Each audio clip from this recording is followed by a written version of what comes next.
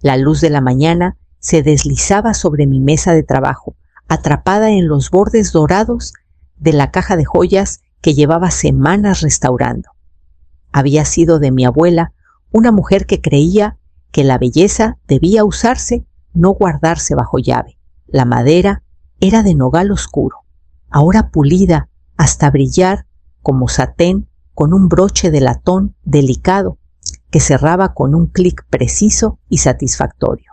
Dentro, en un compartimento que solo yo conocía, estaba la escritura original de la casa del Muelle San Isidro, fotos del arduo trabajo de restauración y una declaración notariada que me nombraba como única dueña. La envolví con cuidado, colocando papel de seda alrededor de sus bordes antes de meterla en una caja azul profundo. Una cinta de seda del mismo tono se deslizó entre mis dedos mientras la ataba en un lazo perfecto. Este regalo era más que un recuerdo, era una promesa para Amalia de que esta pieza de nuestra historia siempre le pertenecería. Para la tarde me puse un vestido gris suave y mi mejor abrigo. El trayecto al restaurante fue corto, pero mi mente divagó todo el camino. Imaginé la sonrisa de Amalia al abrir la caja, cómo sus ojos podrían suavizarse al ver algo tan personal. El restaurante estaba al borde del puerto, con paredes de cristal que enmarcaban el mar invernal. Dentro el aire era cálido, cargado del aroma a romero y limón. Las charlas se mezclaban con el tintineo de los cubiertos. Vi a Amalia al fondo del salón con el cabello oscuro recogido y un destello dorado en las orejas. Estaba hermosa, aunque algo en su expresión distante y tensa me detuvo antes de llamarla.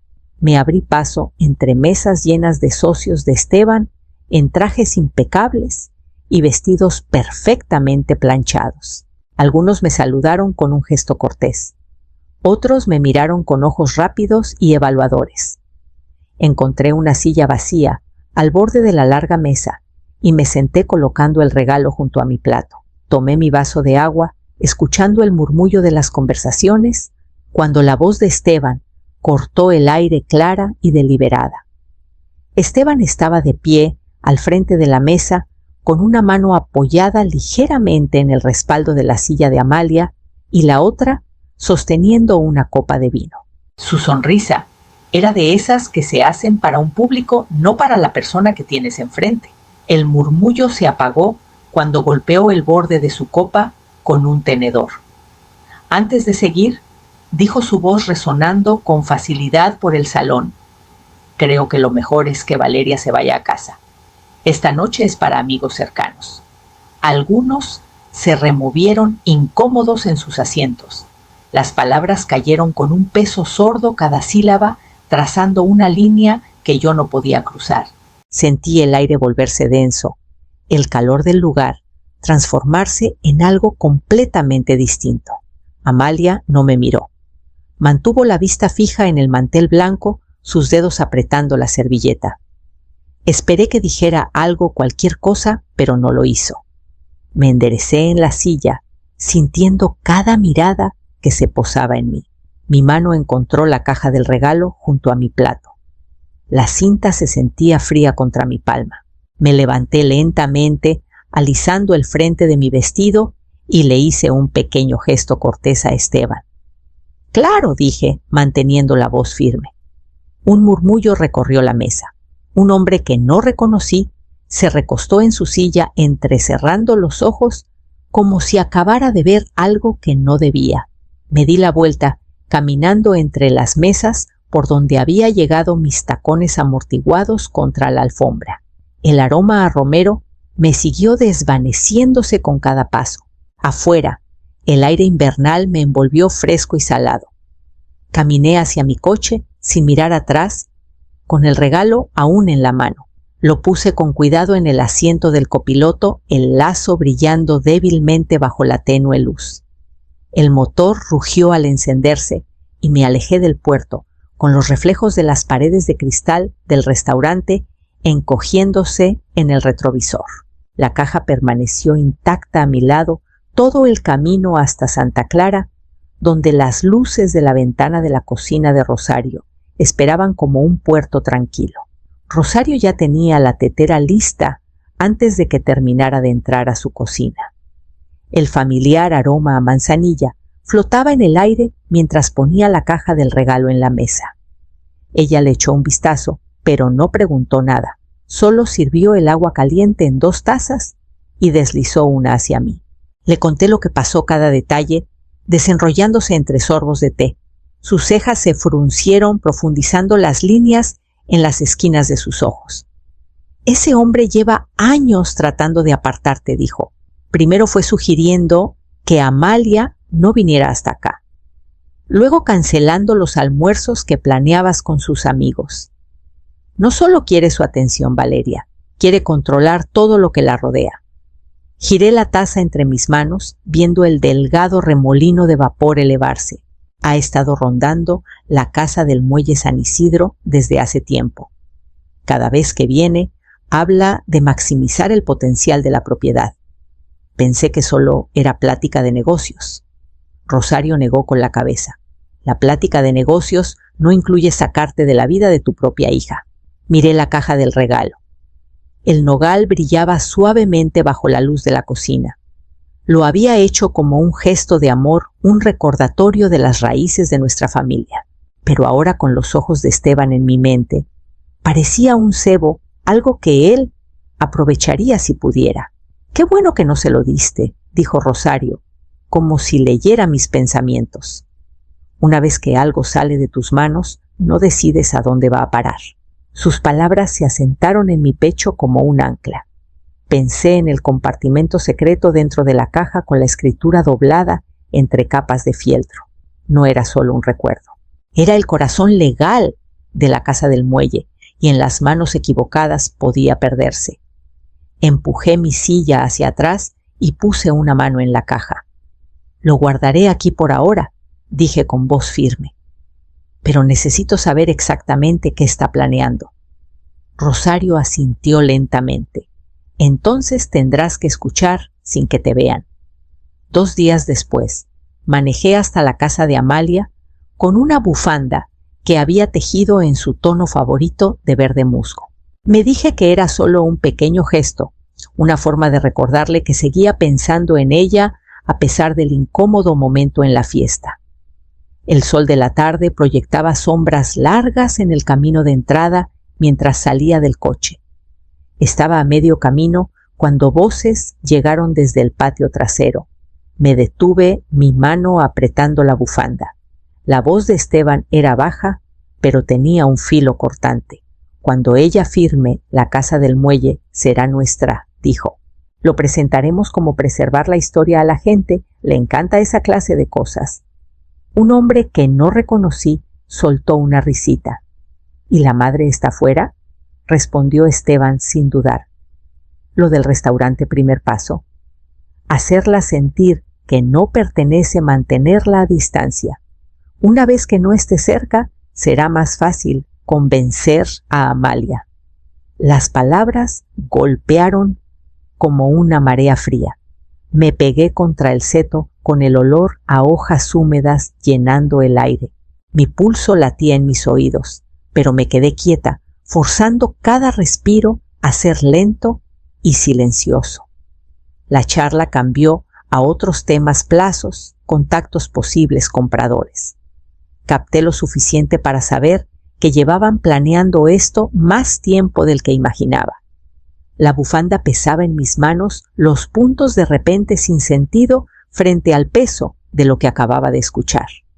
Retrocedí en silencio, la grava, crujiendo bajo mis pies, sonaba demasiado fuerte en la quietud. Ya en el coche, puse la bufanda en el asiento del copiloto, donde había estado la caja del regalo días antes. La similitud no se me escapó. Ambos llevaban algo para Amalia, y ninguno podía dárselo ahora. Manejé de regreso, con los ojos fijos en el camino, mi mente dando vueltas a lo que había oído. Los contornos del plan de Esteban tomaban forma y también mi respuesta. No conocía todos los detalles aún, pero sabía una cosa con certeza absoluta: nada en esa caja de joyas podía salir de mi posesión. De vuelta en casa, fui directo al estudio y abrí el mueble donde guardaba la caja de joyas. La superficie de nogal atrapaba la tenue luz cálida y firme como si supiera su importancia. La llevé a mi escritorio y abrí la tapa con cuidado. El leve aroma a cedro me recibió un truco que usaba mi abuela para mantener alejadas a las polillas. Bajo el forro de terciopelo, mis dedos encontraron la ranura familiar en la madera. Presioné suavemente y el panel se levantó, revelando el compartimento que nadie más conocía. Dentro estaba la escritura de la casa del muelle San Isidro, doblada en su sobre original, con los bordes entintados, suavizados por el tiempo. También estaban las fotos, imágenes sepia de la casa en sus primeros días y otras más recientes del trabajo de restauración que yo misma había supervisado. La declaración notariada descansaba encima con el sello en relieve capturando la luz. Toqué cada objeto como para confirmar su realidad. Esto no era solo papel, era una prueba inquebrantable legal vinculante. Esteban podía tejer sus historias para inversionistas y encantar a medio pueblo. Pero sin esto, su plan no era nada. Aún así, sabía que guardarlos en casa no era suficiente. Necesitaba protegerlos de una manera que él no pudiera deshacer con una sonrisa o una firma falsificada bajo presión. Cerré el compartimento, volví a pasar la cinta por el broche y puse la caja de nuevo en el mueble. En mi escritorio saqué mi celular y busqué un número que no había usado en meses. Javier Torres, mi abogado. La línea sonó 2 veces antes de que su voz calmada respondiera. Javier, soy Valeria. Necesito verte. Es urgente. Hubo una pausa, luego un cambio en su tono. Trae lo que tengas y ven a primera hora mañana. Nos aseguraremos de que siga siendo tuyo. Colgué, metí la caja de joyas en mi bolso de cuero y cerré el mueble con llave. El clic de la cerradura fue un sonido pequeño, pero llevaba una certeza que se asentó en mi pecho. Esa noche los documentos se quedarían cerca. Mañana serían intocables. La oficina de Javier olía ligeramente a papel viejo y roble pulido, una mezcla reconfortante que me calmó mientras ponía la caja de joyas en su escritorio. La abrió con cuidado, levantando el panel falso con una precisión que me dijo que entendía su peso antes de ver qué había dentro. Examinó primero la escritura, pasando un dedo por el sello en relieve.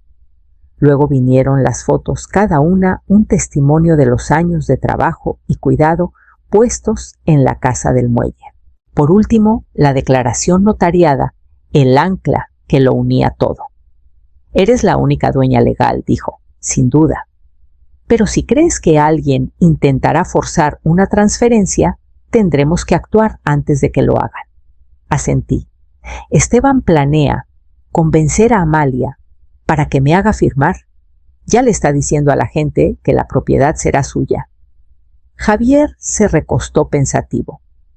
Podemos presentar una orden restrictiva, una restricción formal, sin ventas, sin hipotecas, sin transferencias, sin tu consentimiento explícito. Aparecerá en cualquier búsqueda de título, incluso si intentara presionarte. El proceso se detendría en seco.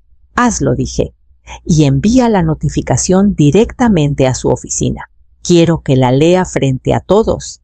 Su boca se curvó casi una sonrisa. La redactaré ahora. Durante la siguiente hora revisamos firmas, registros y copias. Cada papel que firmé sentía como otra capa de armadura sobre la casa. Cuando terminamos, Javier me dio los originales para guardarlos en mi caja fuerte y prometió que la orden estaría activa antes del fin del día. Salí de su oficina con la caja en mi bolso, los documentos ahora doblemente protegidos por la ley y por mi propia determinación. Afuera, el viento del puerto era cortante, pero traía un aire fresco que me hizo respirar más hondo. Para cuando llegué a casa, podía imaginarlo Esteban en su escritorio, con la carta en la mano, su confianza desmoronándose. Y cuando llegara el momento, quería estar lista para verlo pasar. La llamada llegó 3 días después, justo después del almuerzo. El nombre de Amalia iluminó mi celular y por un momento pensé en dejarlo sonar. En cambio contesté con voz neutra. «¿Qué hiciste?», preguntó sin saludos. Esteban llegó a casa furioso. «Dice que saboteaste un negocio importante». Mantuve mi respuesta firme. Protegí lo que es mío y de esta familia. Si un negocio se cayó, tal vez no era tan sólido como él decía.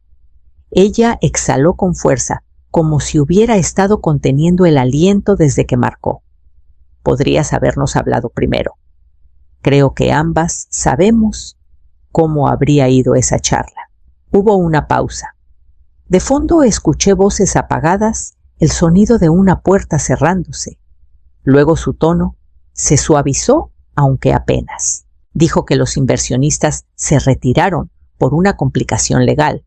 Ahora están preocupados por problemas con el título. Para eso son las complicaciones legales, dije. Amalia no respondió de inmediato y la imaginé sopesando lealtad contra inquietud. Finalmente murmuró: «Ha estado insoportable desde que llegó la carta», gritándole a todos: «Apenas duerme, no dije nada a eso», que se quedara con la imagen de él desmoronándose. Cuando volvió a hablar fue más bajo. Dijo que la orden hace parecer que la propiedad no es realmente nuestra para usar, que la gente pensará que somos inestables, o dije suavemente, muestra que la propiedad está firmemente en manos de quien la ha cuidado todos estos años. Otra pausa. Luego necesito verte. Solo nosotras. Quedamos para la tarde siguiente en mi casa. Colgué y me quedé un largo momento con el celular cálido en la mano. La marea estaba cambiando. Lo sentía en los bordes de sus palabras, la duda que antes no estaba. La confianza de Esteban se fracturaba, y una vez que la grieta comenzaba, solo se extendería. El próximo movimiento, lo sabía, decidiría qué tan grande sería el quiebre. Amalia llegó al día siguiente su coche, avanzando con una lentitud deliberada, como si aún decidiera qué decir. La recibí en la puerta y la hice pasar con el aroma a café fresco, llenando el aire. No se molestó con charlas triviales, solo me siguió a la mesa del comedor, donde ya había puesto una carpeta. La abrí y deslicé los documentos hacia ella. Esta es la escritura original, los registros de restauración y la declaración notariada que confirma que soy la única dueña de la casa del muelle, dije, sin vacíos legales, sin condiciones, sin reclamos compartidos. Se sentó sus dedos rozando el borde de los documentos. Sus ojos recorrieron los sellos en relieve, las fechas, las firmas. «¿Por qué me muestras esto ahora?», preguntó. «Porque mereces saber la verdad antes de que Esteban te cuente su versión». Su mandíbula se tensó al escuchar su nombre, pero no levantó la vista. Podía verla armando las piezas, el peso de todo presionando contra su silencio. El sonido de una puerta de coche cerrándose afuera rompió el momento. Por la ventana vi a Esteban avanzando por el sendero con los hombros erguidos y la expresión ya lista para el enfrentamiento. La puerta principal se abrió antes de que pudiera moverme. Entró al cuarto con los ojos saltando a la mesa. «Entonces aquí estabas», le dijo Amalia luego a mí, «y esto es lo que has estado escondiendo». Me quedé sentada. No escondiendo, protegiendo. No tenías derecho. Empezó, pero Amalia lo interrumpió con firmeza. ¿No tenía derecho a conservar su propia casa? ¿No tenía derecho a evitar que la vendas por debajo de ella? La boca de Esteban se abrió, luego se cerró. La confianza que vi en la fiesta se había ido reemplazada por algo más pequeño, más mezquino. Miró entre nosotras, dándose cuenta por primera vez que el terreno había cambiado. Amalia empujó la carpeta hacia mí con voz firme. «No lo haremos a tu manera nunca más». Él la miró fijamente por un largo momento, pero ella no vaciló. Y en esa quietud supe que la ruptura entre ellos ya había comenzado. La mirada de Esteban pasó de Amalia a mí, su voz endureciéndose. No entiendes lo que estás tirando por la borda. Esa propiedad podría ponernos en el camino para toda la vida. Para tu vida tal vez, dijo Amalia, con un tono lo bastante afilado para cortar el aire. No la mía, y definitivamente no la de mi madre. Él intentó reírse, pero sonó frágil. Esto es puro sentimentalismo. Estás dejando que las emociones nublen tu juicio. Prefiero eso a la codicia, respondió ella. Las palabras parecieron golpear más fuerte de lo que ella esperaba. La mandíbula de Esteban se movió, pero no dijo nada por un momento. Luego, como si buscara recuperar el control, se volvió hacia mí. La estás obligando a elegir entre nosotros. No la estoy obligando a nada, dije con calma. Le estoy mostrando los hechos. Lo que haga con ellos es su decisión. Por un largo segundo, el único sonido fue el leve tic-tac del reloj en el pasillo. Los hombros de Esteban subían y bajaban su control, desvaneciéndose a la vista. Finalmente alcanzó la carpeta, pero la mano de Amalia se disparó presionándola firmemente contra la mesa. No dijo: «Ya tomaste suficiente sin permiso». Su rostro se oscureció y vi el momento en que supo que no había victoria aquí. No hoy. Sin otra palabra, se enderezó, ajustó su chaqueta y salió por la puerta. El sonido de su coche arrancando fue agudo y abrupto, desvaneciéndose por la calle hasta que el silencio volvió a asentarse. Amalia se quedó sentada mirando la carpeta como si fuera a la vez un peso y un escudo. Cuando alzó la vista, había un cansancio en sus ojos que no había visto antes. «Creo que necesito un tiempo lejos de él», dijo en voz baja, «para pensar, para respirar». Asentí sin presionarla por más. Habría decisiones por delante, pero por ahora la marea había girado lo suficiente para darle espacio. Se levantó poniéndose el abrigo y la acompañé a la puerta. Al salir el viento invernal atrapó el borde de su cabello y no miró atrás. Cerré la puerta lentamente, ya sabiendo qué haría después. Pasaron los meses y las estaciones cambiaron silenciosamente alrededor de Santa Clara, la casa del muelle San Isidro, alguna vez testigo silencioso de tantos planes y traiciones, abrió sus puertas para una reunión comunitaria, una celebración de historia y esperanza. Amalia estaba a mi lado, mientras vecinos y amigos recorrían los antiguos salones, sus voces llenas de admiración y curiosidad. La observé saludar a cada invitado, su sonrisa genuina, ya no reservada ni tensa. El peso que había cargado se había aligerado, reemplazado por una nueva determinación que me recordaba a la niña que solía correr descalza por los muelles. Los documentos, la lucha y las fracturas del pasado nos habían traído hasta aquí, a un lugar donde la casa no solo nos pertenecía a nosotras, sino a todos los que valoraban su historia. Cuando un grupo de residentes antiguos preguntó por el futuro de la casa del muelle, respondí simplemente: se queda en la familia. Las palabras se sintieron como una promesa firme e inquebrantable. Mientras la luz de la tarde se suavizaba, Amalia y yo nos quedamos en el porche mirando el puerto. El agua reflejaba los suaves tonos del cielo, la marea subiendo y bajando en un ritmo eterno. Me volví hacia ella, sintiendo la fuerza silenciosa que había crecido entre nosotras a través de la tormenta. A veces dije: el mejor regalo es saber cuándo no darlo. Ella me miró entonces con los ojos brillantes de comprensión y algo más profundo, un respeto ganado a través de las pruebas compartidas. Y a veces añadí suavemente: el silencio dice lo más importante. Nos quedamos allí un momento más dejando que la calma del puerto nos envolviera. La lucha estaba lejos de terminar, pero el legado era nuestro, para proteger arraigado no solo en escrituras y documentos, sino en el lazo tácito que ningún poder podía deshacer.